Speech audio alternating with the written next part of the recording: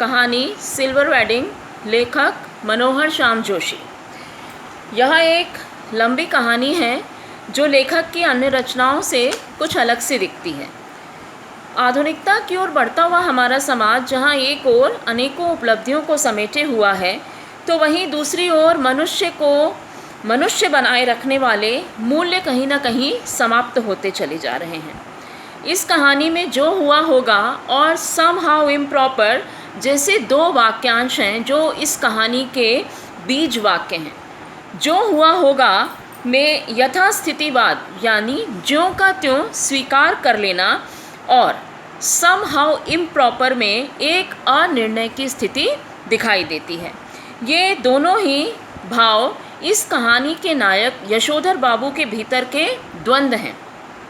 वे इन स्थितियों का जिम्मेदार किसी भी व्यक्ति को ठहराते नहीं हैं, वह स्वयं ही अनिर्णय की स्थिति में हैं।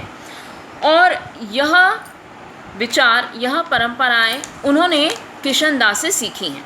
इस कहानी का प्रारंभ वहाँ से दिखलाया गया है जब दफ्तर में एक व्यक्ति को यशोधर बाबू की सिल्वर वेडिंग की तिथि होने का ज्ञान होता है और वह उनसे पार्टी की मांग करता है। यशोधर बाबू किशन दा की बातों को स्वीकार करते हुए उसे उस पार्टी को मनाने के लिए पैसे तो दे देते हैं, परंतु स्वयं उसमें भाग नहीं लेते क्योंकि वह उसे समहाउ इम्प्रॉपर मानते हैं। कहानी में यशोधर बाबू के परिवार के विषय में बतलाया गया है कि उनके पहला पुत्र उनका एक प्राइवेट कंपनी में नौकरी करता है। अपने उस साधारण से पुत्र को असाधारण वेतन देने वाली वह नौकरी यशोधर बाबू को कुछ समझ में नहीं आती। यशोधर बाबू का दूसरा पुत्र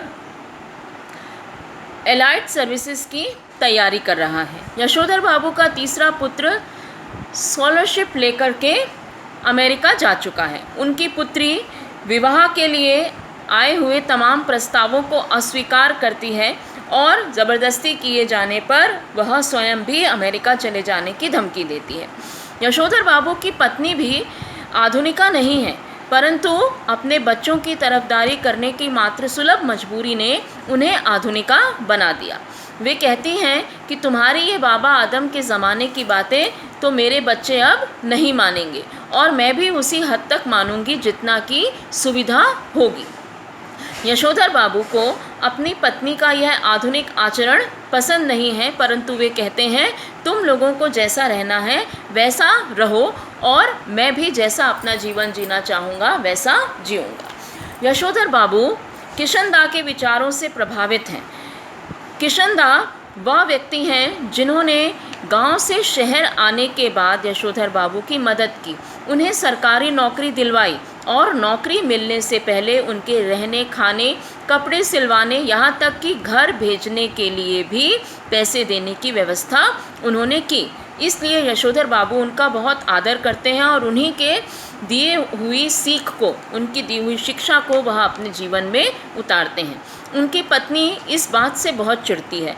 वे कहते हैं कि यशोधर बाबू का तो परिवार है, इसके विपरीत किशन दा तो जन्म के ही कुंवारे थे, वह जन्म से ही बूढ़े थे। तुम्हें क्या हुआ कि उनका बुढ़ापा तुम ओढ़ने लगे? परंतु यशोधर बाबू पर इन सब बातों का कोई प्रभाव नहीं होता। जब वे अपने घर पहुंचते हैं तो दूर से ही उन्हें दिखाई देता है कि उनके घर में कोई आयोजन हो रहा है। लोगों का आना जाना उन्हें दिखता है, वह समझ नहीं पाते। जैसे ही वह घर पहुंचते हैं तो उनका पुत्र कहता है कि क्या अपनी सिल्वर वेडिंग के दिन भी कोई इतनी देरी से घर आता है?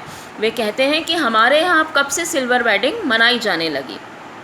उनका साला गिरीश कहता है कि जब से आपका पुत्र अच्छी तनख्वाह वाली नौकरी करने लगा है। यशोधर बाबू उन लोगों से परिचय करते हुए, हाथ मिलाते हुए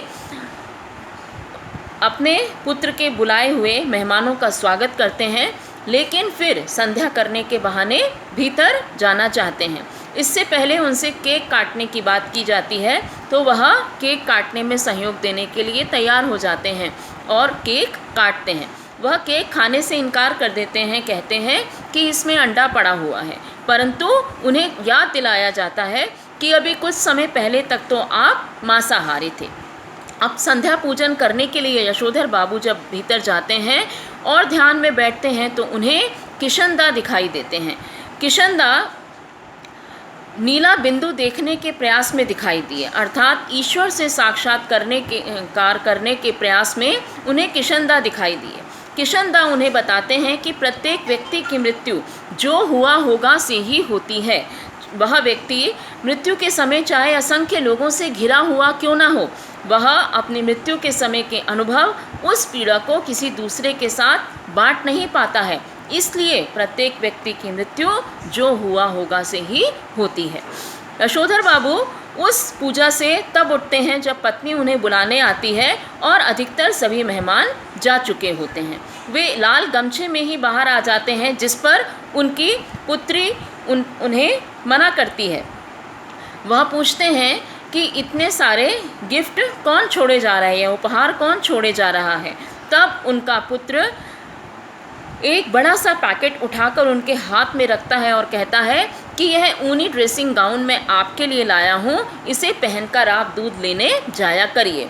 आप फटा हुआ पुलोवर पहनकर चले जाते हैं। यशोधर बाबू सोचते हैं कि उन्हें अधिक प्रसन्नता तब होती यदि उनका पुत्र कहता कि दूध मैं ले आया करूँगा, लेकिन उस ऊनी ड्रेसिंग गाउन को पहनकर यशोधर बाबू को ऐसा लगता है जैसे किशनदा उनके भीतर उतर आए हैं। तो यह कहानी का सार है। इस कहानी को पढ़िए और इसके क्वेश्चन आंसर्स गूगल क्लासरूम पे जो दिए गए हैं उन्हें अपने जनसंचार की कॉपी में आपको लिखना है। इस वीडियो को देखने के बाद कमेंट बॉक्स में सीन लिखेंगे। जय गुरुदेव।